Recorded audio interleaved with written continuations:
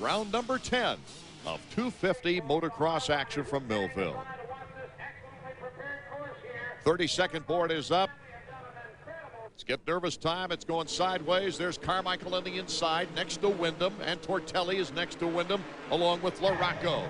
They're off and running. A good start by LaRocco, but it is Dowd sweeping to the outside, and Carmichael gets the whole shot credit. Ricky Carmichael, the whole shot, but he's got to battle down with John Dowd. Dowdy, number 16.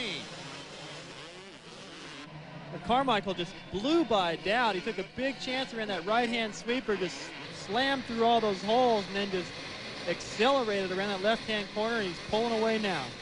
Carmichael, Dowd, Larry Ward. Hey, there's Ferry and Kyle Lewis, the top privateer. This credit Team Kawasaki with the whole shot, not just Carmichael. Yeah, they all got a great reaction out of the gate, but obviously got some horsepower because that's one of the longest starts of the season. One of the first starts they've seen in a while that's not cement. These guys all hooked up. Oh, Ricky Carmichael is wasting no time in garnering a fine lead here in the first 250 moto. That's fast. I've been around that corner, and I know fast when I see it. He never let off. He wants to win so bad. One of the finest starts of the year for Ferry of Team Chaparral Yamaha. The last year that Chaparral will field a team, and so Tim's looking for a job. But he's had a good, consistent year around the top 10. Carmichael, Dowd, Ward, and Ferry, the top 4. It's a shame to think that a guy with the kind of talent Ferry has is looking for a job. Look at this. All Kawasaki guys is following Carmichael. Whichever line he's taking, we'll just follow you. They all take the exact same line. I don't think they're going quite as fast. Ferry over there in the middle from Florida knows how to ride through the sand whoops. I expect him to be able to move up. I don't know about Dowd, but he should be able to get around Ward. Tortelli not that far away should Carmichael falter. Of the two riders, Dowd and Larry Ward, Dowd's a little bit better in the sand, and he's done well here before. Boy, if Tortelli ever gets a shot up at those two guys, Dowd and Ward are not easy to get around. No, and they're going to make it even tougher to protect their teammate out there tonight. So it's Carmichael, Dowd, and Ward with Tortelli in 7th. We'll be right back. Welcome back to Millville as Ricky Carmichael continues to tear up the track out in front of our first moto of the 250 action, but the battle is behind him for 2nd, 3rd, and 4th. Right now it's John Dowd, Larry Ward number 10, and Tim Ferry number 15. Ferry, the underdog of the 3, takes it in the whoops. Ferry's always been good at the sand coming out of Florida. He proved that at Daytona once on a 125, and he's just done very well here at Millville as well. Ferry moves into 3rd with his next target, John Dowd. The way Ferry's moving through these loops and around the rest of the track, for that matter, with the good start he's gotten, it looks like he can be able to get around Dowd. I don't know if he can catch Carmichael out front, but if he can put that Chaparral Yamaha up in 2nd, those guys will all be proud, and that'll help him at the bargaining table when he tries to get himself a ride for next year. Tim Ferry in 3rd. The former 125 East Supercross champion. Won that year with just pure consistency, as he never had a victory in a race, but was runner-up in almost every other one. All but one. Well, how demoralizing is it when you're in a tight battle for 2nd? You have 3 guys up there, 2 really now, and you look over across the track and Carmichael's gone. I mean, pulling away 2 seconds a lap. That's embarrassing. And watch Ward here. He drops all the way down into the bottom of these loops. Now, that's good for timing, but as far as going fast, Ferry's got it going on. See how flat he stays? Keeps that front wheel right at the top. Never drops down in. So Ferry now between the Team Kawasaki sandwich as he tries to pick up on John Dowd. These guys are going fast. Art, I've seen this, I've watched it, I've breathed it for years, and every year they just raise the bar a little higher.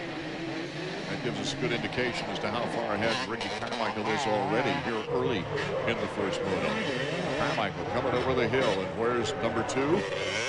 Second place, there it is. John Dowd, he gets a little wide, and Tim Ferry, that's the break Ferry was looking for, cuts to the inside. So Tim Ferry, the best position he's been in all year.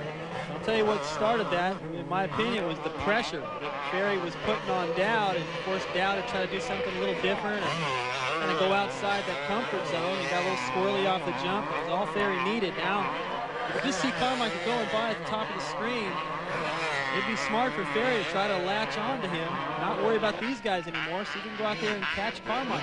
What these guys from Florida? There's Larry Brooks on the top of the hill off to the left here screen, cheering Tim Ferry on, as of course Tim Ferry's the only bike in the Chaparral semi-truck right now. Jeremy McGrath only doing Supercross. There's Mike LaRocca, number 5, and Tortelli, number 21. Tortelli with Team Honda, and the Amsoil Honda of Mike LaRocca. Here's two workhorses. These guys have come through the pack, work hard, ride in pain, with injury. They've done it all. We've got to take a break as the battle with Tortelli and LaRocca continues on. Back of the first Moto 250 action, Ricky Carmichael is starting to check out, even though it's early in the Moto. But Sebastian Tortelli, who's trying to catch Ricky Carmichael in the points battle before the end of the season, with very few motos left, is on a chase right now behind Mike LaRocca. Mike LaRocca, number 5. He's been tough all year long, despite not having a win and only one podium. Mike LaRocca has only had one double-digit finish, and that was at Mount Morris. Here's Mike LaRocca going against Larry Ward, making it look easy to the inside. Ward giving him all kinds of room. And Tortelli will probably be knocking next on the door. Well, he saw that pass made, and if Ward takes the same line the next lap, if Tortelli hasn't gotten around him already, he's going to go for the same thing. These guys just picking on Ward right now. It's not that Ward's riding poorly. He's riding fast. It's just that Tortelli and LaRocca are animals out there. Look at it. LaRocca just out jumps him right here. Position, Ward's like, no way I'm going to the inside. We're both going down if I lean into that berm. There's Ward, number 10, and Tortelli, number 21. Still not that far away from LaRocca, so it's a good three-way battle. Let's go to the mechanics area. Shane, Carmichael got the kind of start that's got to hurt you guys. Sebastian's got to move now. Yeah, Carmichael got the start that we needed, but we didn't get it, so just got to work his butt off the next 20 minutes, see what happens. I know this is Sebastian's first time to actually race on this track. How's he like it? He likes it a lot. His ankle's still bugging him a little more than he wants to let on, but you can tell it's hurting him a bit. But that he's not going to use it as an excuse. Is the best you can expect in this moto to just get up second, try and start with Carmichael in the second moto? Do you think Sebastian will just go wide open to the end? Well, I know he's going to go as fast as he can right to the checkered flag. If we can catch Ricky or not, probably not at this point, but he'll give it everything he can. I know that. While we were talking to Shane, his rider, number 21, Sebastian Tortelli, went ahead and passed Larry Ward and is now in 5th. There he is, number 21. And there's Ward with another battle on his hands. Boy, Villeman just dove in there. Took advantage of Larry Ward, just kind of cruised into that corner a little bit, going, you know, this is one place on this track where I can catch my breath. And he paid the price. You can just never rest out here. You're either in a battle with the track or with another rider. The battle for 4th is on, and it's a speed battle. It amazes me how much speed these guys get on such a difficult track. Especially when you come out of a corner like that in second gear, and you've got to pick up the pace through a section like this. Every lap you come to the corner just before, you're like, oh, here we go again. You know, and you never really know how it's going to turn out. You're pretty much just hoping. Because then after you get through the sandy whoops, you got the elevation changes to deal with. It is never ending. Mike LaRocca, Sebastian Tortelli. LaRocca in 4th. John Dowd is right in front of him. And Tim Ferry and Carmichael are pretty well pulling away, although Ferry is still a long way away from the leader. Well, in certain sections of the track, Tortelli can see up to Ferry. That at least gives him a little inspiration, knowing that if he can really click off some fast laps and hopefully wear these guys down slightly, let his fitness come into play, which who knows how much of it he's got. Now making a mistake down at the bottom of the hill. LaRocca was not in good position to take advantage of it, but he also was not right behind him to get in the situation. No, but I'll tell you what, every time down that hill from now on, Dowd's going to be worried about it.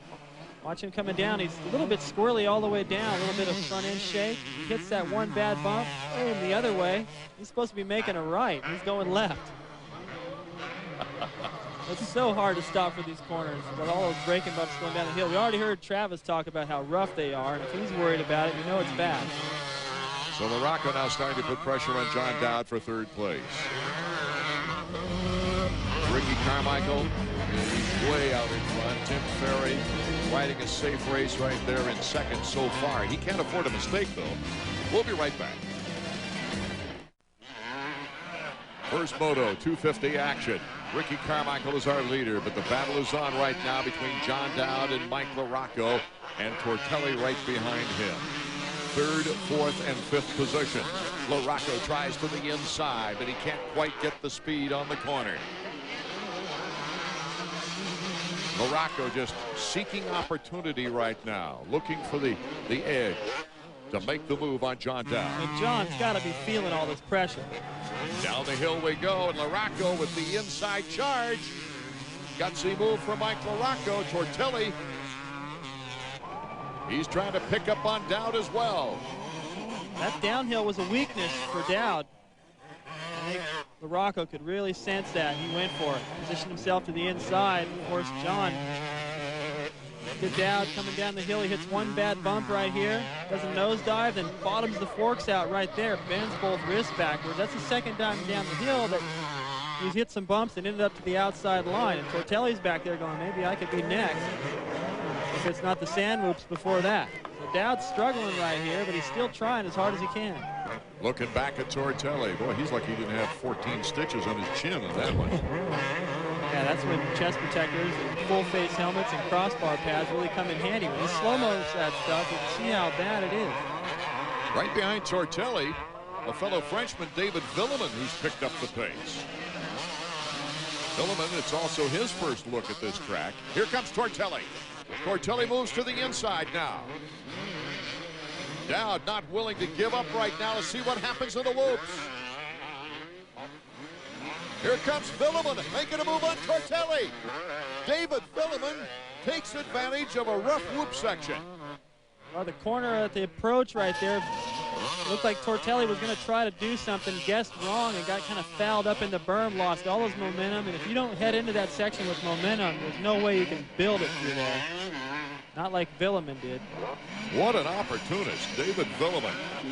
In his first full 250 season in America, got back up on the podium the last race for the first time since Mount Morris. And he's looking for a podium here today. There's no question about that. Tortelli hanging with him. Look at that. The way Villemin goes up the top of that hill, he just decides, you know, I'll just carry that front wheel a few feet farther, wheelie over all those braking bumps, make the corner that much easier. The guy rides so smart. He's so heads up as to where the bumps are, how to miss them all. Villemin, once he sees this track a second time, is going to be awfully tough as we take another look. I see Tortelli was trying to do something. Dowd kind of stuffed him right there. He didn't do anything wrong. It's just Tortelli kind of found himself in a bad position. Now he's got to go up and down, while Villemin was just flying through there flat. David, while we're in that replay, Villemin has passed Dowd now. You think, David, that once he gets another look at these tracks, this is his first look at this track, for instance, that he is really championship potential? Absolutely. I mean, if you just kind of erase Southwick, and you had the clutch problems and a first turn crash at Budds Creek in the mud race, I mean, that really, in my opinion, was a turning point in his series where he maybe lost his head slightly and kind of fell out of it. But once he gets the experience, you saw what he did to the Supercross series. He can do that outdoors. Well, what a great Supercross series that was. There is, you see another pass by Tortelli. Tortelli getting in front of John Dowd. Dowd has been peppered with assaults here in this first Moto of 250 action from Millville. There's Mike LaRocco, number 5, and Villemin is following him through the whoops with Tortelli behind him. Each year that main line through there changes slightly. Here's another look at Tortelli getting around Dowd. Just goes down to the inside. Nothing Dowd can do about it. Tortelli just charged through there a little bit harder. Every point matters. Here's Lusk. He's just kind of get himself back into shape, get the feel of racing again. It's been so long. Currently in 11th place. Ezra, of course, stating earlier that he wasn't all the way back as far as his injury is concerned. You can actually tell by the way he's riding. He's not out there trying to win. He's out there just going, let me just get a couple of motos in the bank. A little confidence going. You know he's going to be tired because he hasn't been able to train at race pace. And this is one of the roughest tracks of the year. And he's only run 4 races all year long. Here's Villeman and Tortelli going at it right behind Larocco. Boy, we might have 3 bar to bar here. Larocco, Villeman, Larocco. What a move by David Villeman. Very smooth. And let's see what Tortelli decides to do. He's going to take on Larocco next. What excitement from Millville. Tim Ferry still holding on to second behind Carmichael. Number 15, Tim Ferry, Chaparral Yamaha, is in second place. Ricky Carmichael has checked out on him, but really, Tim Ferry has done a fantastic job in completely separating himself from third place. It's the final lap, the white flag lap for both of them. Tim Ferry looking for his best moto finish ever. I'll tell you what I like about Ferry's ride here is that once Carmichael pulled out that little bit of lead and he got into second, that lead hasn't really changed much. Ferry's pretty much matched his pace from here on out. That lets me know he is definitely going fast enough to be a contender for the overall should Carmichael not get that great of a start in the next one. Carmichael has had just an incredible motocross year. Opened the season with a win, dropped to 4th in the standings, came back to take the points lead at round 5, lost it again, got it back again, and then is on a great charge. And entertains the fans back in '98 when he had a big lead, but whoa, hold on, Betsy. He got up and got back on the bike, restarted the bike, and still won the race. That's got to be a little embarrassing, but he still won it, and I don't think you'll see that much out of him today. Yeah, just a simple wave will do. And you know what? As a matter of fact, I haven't seen him show off all that much this season. He's been all business in this outdoors. You're right, all business, very serious, as he's just been like a blue-collar worker going to the construction site. The checkered flag for Ricky Carmichael, not only setting himself up for a possible 4th win in a row, but also a 4th championship in a row. In second place, Tim Ferry.